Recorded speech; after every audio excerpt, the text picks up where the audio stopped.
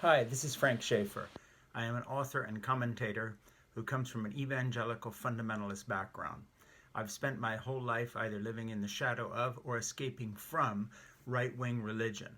In the 1970s and 80s, my father, Francis Schaeffer, was a leading evangelical theologian and intellectual.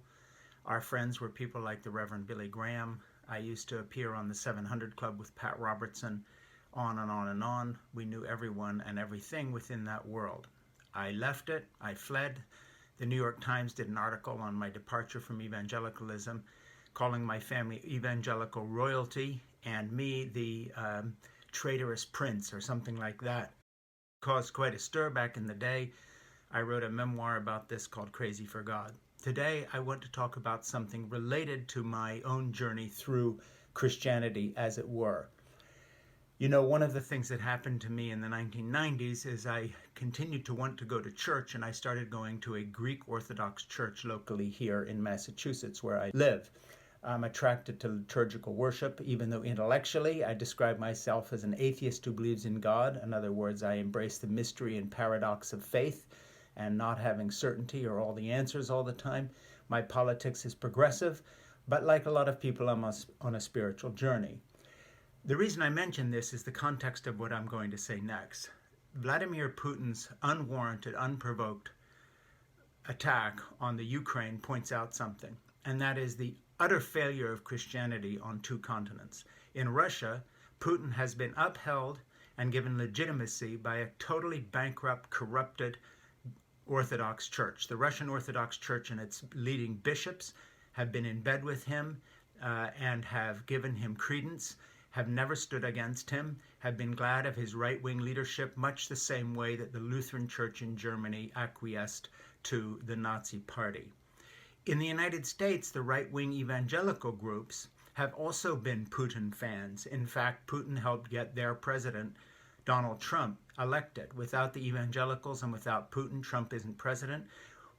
His only interaction with the Ukraine was to try to blackmail President Zelensky by saying, I won't give you weapons unless you dig up some dirt on my political opponent, Joe Biden's son Hunter. It's been a disgusting relationship. In fact, a lot of evangelicals in the West have supported Putin because he is anti-gay, he is homophobic, he talks about traditional Western values, and by that he means right-wing fascistic values, the very kind that German Lutherans supported in the 1930s and 40s as they backed Hitler, of the very kind that evangelicals have supported in state houses across the United States as they have tried to decimate voting rights so that they can win no matter who votes for whom. The very kind of horror that we saw in the United States, where Donald Trump appointed one judge after another to the federal court that has sided with an idea of religious liberty that's so extreme that they even backed churches that wanted to meet during the COVID epidemic, causing a national health crisis in certain areas of the country.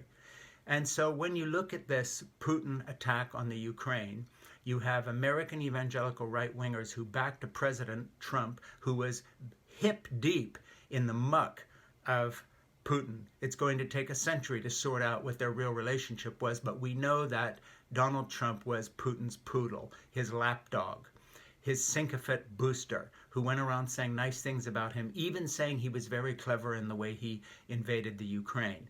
On the other side of the continent, we have the Pacific, and then around the globe, and there's Russia with its huge landmass, and the Russian Orthodox Church that was persecuted under Joseph Stalin and the communists, survived that persecution only to come out the other side and become the sycophantic lapdog of Vladimir Putin, someone cast in the mold of Joseph Stalin himself, a persecutor, an unjust person, a killer, a liar.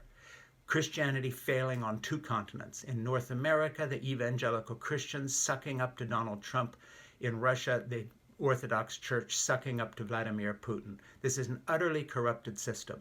Maybe Christianity is true, maybe it's not. I happen to no longer believe in the Bible in the sense that I used to as an evangelical. That said, if I was an evangelical in America or a Russian Orthodox today, I would be absolutely ashamed. It is time for every world body of religion to throw the Russian Orthodox Church out of every single council and meeting, to totally ignore them and isolate them as part of Putin's regime. They are not a church. They are part of an authoritarian regime that is now murdering women and children in the Ukraine.